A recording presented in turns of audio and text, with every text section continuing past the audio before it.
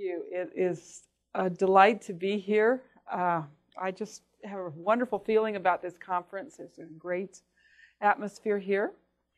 How many of you are new to these ideas, here for the first time?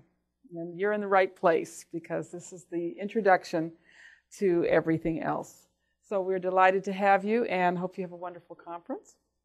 And we're going to get started. I have a tremendous amount of material to present to you, and we may even go a few minutes late on each session, so just bear with me. And I may talk fast. Please hold your questions to the end, and I will stay as late as you like in the afternoon to answer questions. Or if you catch me during the breaks, I'm always happy to answer questions. There's a big buzz about being healthy and about healthy food. It is the subject of the 21st century. But there's a big question. What actually is a healthy diet? You always hear people talking about eating healthily, but just what do they mean when they say a healthy diet? Because what our government says is healthy and what we say is healthy are very different. So what is a healthy diet? Is it the Atkins type diet based on lots of meat? Is it a vegetarian vegan diet, which is very popular today? A lot of claims, amazing claims made about vegetarianism. Or is it one of these other types of dietary schemes, and I do call them schemes, where you have a different diet depending on your blood type or your metabolism, or you have to meticulously count your carbs or your fats, or food combining. I call these schemes, they were all thought up by men who never had to feed a hungry family day after day. And I don't care what your blood type is or your metabolic type. When you sit down to my dinner, you're going to eat what I put in front of you. So, of course, the opposite or the other part of that equation is that what you put in front of them needs to taste good, needs to be delicious. So even Lisa Simpson, who's a very smart little girl, is very confused about what constitutes a healthy diet. We also have the official U.S. government diet, which is popularized with this food pyramid based on 7 to 11 servings of carbohydrate foods every day. And it has led to an epidemic of obesity. This same diet is promoted by another part of USDA as a way of fattening cattle. So they know that this diet is good for making humans or animals fat. And make no mistake, there's no science behind this. These guidelines are not based on science or based on the way any traditional culture eats. But it was put together and designed to promote the products of commodity agriculture. So to answer the question, what is a healthy diet, we need to go back in time to the work of Dr. Weston Price, for whom our foundation is named. He is the author of this wonderful book, Nutrition and Physical Degeneration, which chronicles his 10 years of studies of isolated traditional cultures. Dr. Price was a dentist. He was one of the foremost dentists of his day. He was head of research for the National Dental Association. He wrote dental textbooks. He wrote a textbook for the Navy. He wrote 1,000 pages on the dangers of root canals. He was a prolific writer and researcher, widely published in peer-reviewed journals. He was a man who asked probing questions. And the question he kept asking himself was, why are my patients so sick? Why am I seeing rampant decay and infection in people's mouths? And even more importantly, why am I seeing people with dental deformities? That was the word he used for crooked teeth, crowded and crooked teeth. Why do I see people who don't have enough room in their jaws for all their teeth, who suffer from overbites and underbites and so forth? And he noted that people who had dental problems invariably suffered from other health problems.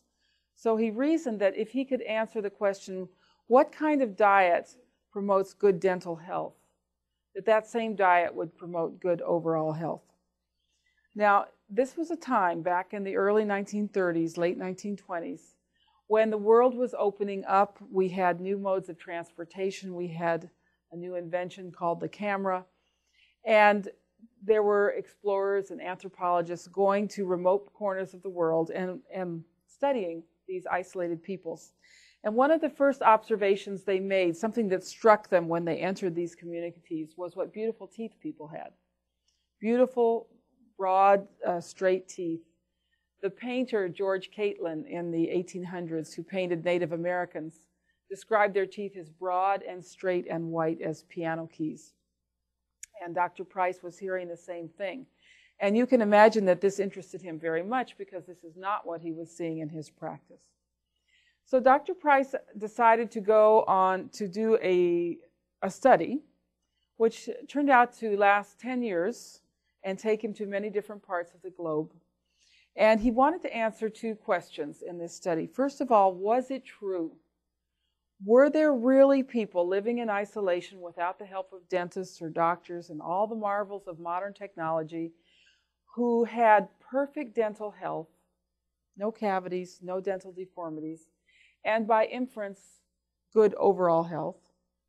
And if he could answer this first question with a yes, the second question was, what were these people eating? What kind of diet did these healthy people have? He wasn't interested in the diets of unhealthy people. He knew what unhealthy people were eating. He wanted to know what the diets of healthy people looked like. And that was the genius of Dr. Price. He asked the right questions, and then he very persistently and carefully sought the answer to these questions. Now, the first place that Dr. Price went was Switzerland. He was only able to study 2 European cultures because isolated Europeans were fast disappearing. Switzerland had embarked on a huge campaign of road building to connect all the villages and towns in Switzerland. But there were still a few villages that had no roads connecting them.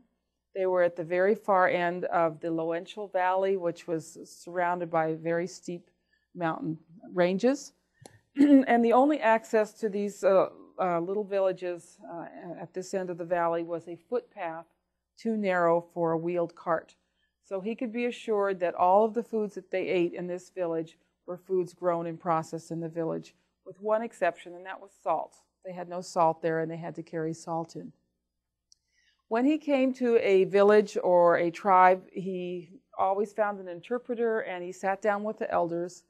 He asked their permission, and when he got their permission, he then lined up every individual in the village, young and old, no exceptions, and looked in every mouth and meticulously counted cavities. He left us a fantastic record of dental decay or lack thereof among traditional peoples. He took notes about the shape of the jaw, whether or not they had dental deformities. And that part of his research was extremely precise and scientific. He then took more general notes about the overall health of these people. He described the foods that they ate, and then he took samples of the foods back to his laboratory in Cleveland and analyzed them for nutrient, vitamins, and minerals. So that's how Dr. Price worked. So you can, let's see, got a new clicker here. So here he is in the village, and the first thing he does is look at the children. He lines all the children up and looks in their mouths, and you can imagine the amazement of the dentist from Cleveland opening all these mouths, and he had to look in 3 mouths before he found even one tooth that was decayed. You can bring me a glass, okay, thank you. So there was less than 1% tooth decay among the children and the adults in this isolated Swiss village. And they had no toothbrushes here, no toothpaste, no fluoridated water, no dentists, no fluoride treatments, but they had virtually no tooth decay.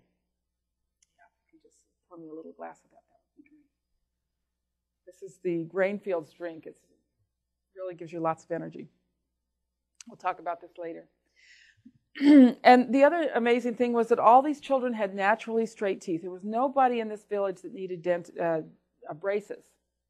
They had broad faces, strikingly broad faces, broad noses, broad nostrils, lots of air could be breathed in the high mountains.